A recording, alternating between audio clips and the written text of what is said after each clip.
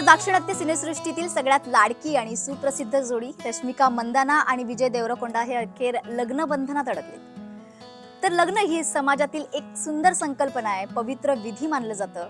कारण यात फक्त दोन व्यक्तीच नाही तर दोन वेगवेगळे कुटुंब, दोन वेगवेगळ्या संस्कृती, दोन वेगवेगळ्या परंपरा एकत्र येत असतात। आणि त्यात सगळ्यांनाच माहिती आहे की विजय हा मूळचा हैदराबादचा आहे आणि त्यामुळेच हा विवाह सोहळा सगळ्यात आधी तेलुगू हिंदू पद्धतीने पार पडला आणि त्यानंतर आता रश्मिका कर्नाटक मधली असल्यामुळे कर्नाटक मधील कोडावा या पद्धतीने संध्याकाळी 4 वाजता हा विवाह सोहळा संपन्न झालाय।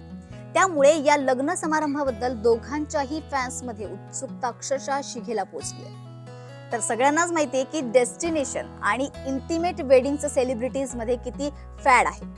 तोच ट्रेंड आता फॉलो करत दोघांनी पण राजस्थान मधील ITC मेमोंटेज उदयपूर इथे शाही अंदाजात मोजक्याच लोकांमध्ये इंटिमेट वेडिंग करायचं ठरवलं होतं। त्यामुळे या विवाह सोहळ्याला अत्यंत मर्यादित पाहुण्यांनी उपस्थिती लावली होती, ज्या जवळचे मित्र असतील, कुटुंबीय असतील किंवा काही जवळचे मान्यवर असतील तेच उपस्थित होते। पण हे लग्न नेमकं कसं पार पडलं, कुठल्या विधी या लग्नात होत्या, या सगळ्याबद्दल आपण एकदा पाहूयात। तर विजयच्या तेलुगू पद्धतीनुसार लग्नाआधी हळदी समारंभ झाला, ज्याला पेल्लू कुथुरू असं म्हणतात। 24 फेब्रुवारीला दोघांनी हळद आणि संगीत असे प्री वेडिंग सेरेमनी पार पाडले। त्यानंतर 26 फेब्रुवारीला सकाळी 10:10च्या मुहूर्तावर रश्मिका आणि विजयने पारंपरिक तेलुगू हिंदू पद्धतीने सप्तपदी घेत लग्नविधी पार पाडला। पण विजयपेक्षा पण रश्मिकाच्या पद्धतीत होणाऱ्या लग्नविधीबद्दल म्हणजेच कोडावा या संस्कृतीबद्दल लोकांना जास्त उत्सुकता होती, कारण या संस्कृतीची माहिती खूपच म्हणजे भारतातल्या खूप थोड्या लोकांना याची माहिती आहे। तर कोडावा विवाह हे सामान्य हिंदू लग्नांपेक्षा खूप वेगळं असतं। यात सहसा ब्राह्मण पुजारी मंत्र म्हणत नाही, तर घरातील वडीलधारी मंडळी पवित्र दिव्यासमोर पूर्वजांचं स्मरण करून विधी पार पाडतात। वधू एक विशेष पद्धतीची साडी परिधान करते, तर वर हा पारंपरिक पोशाखात असतो।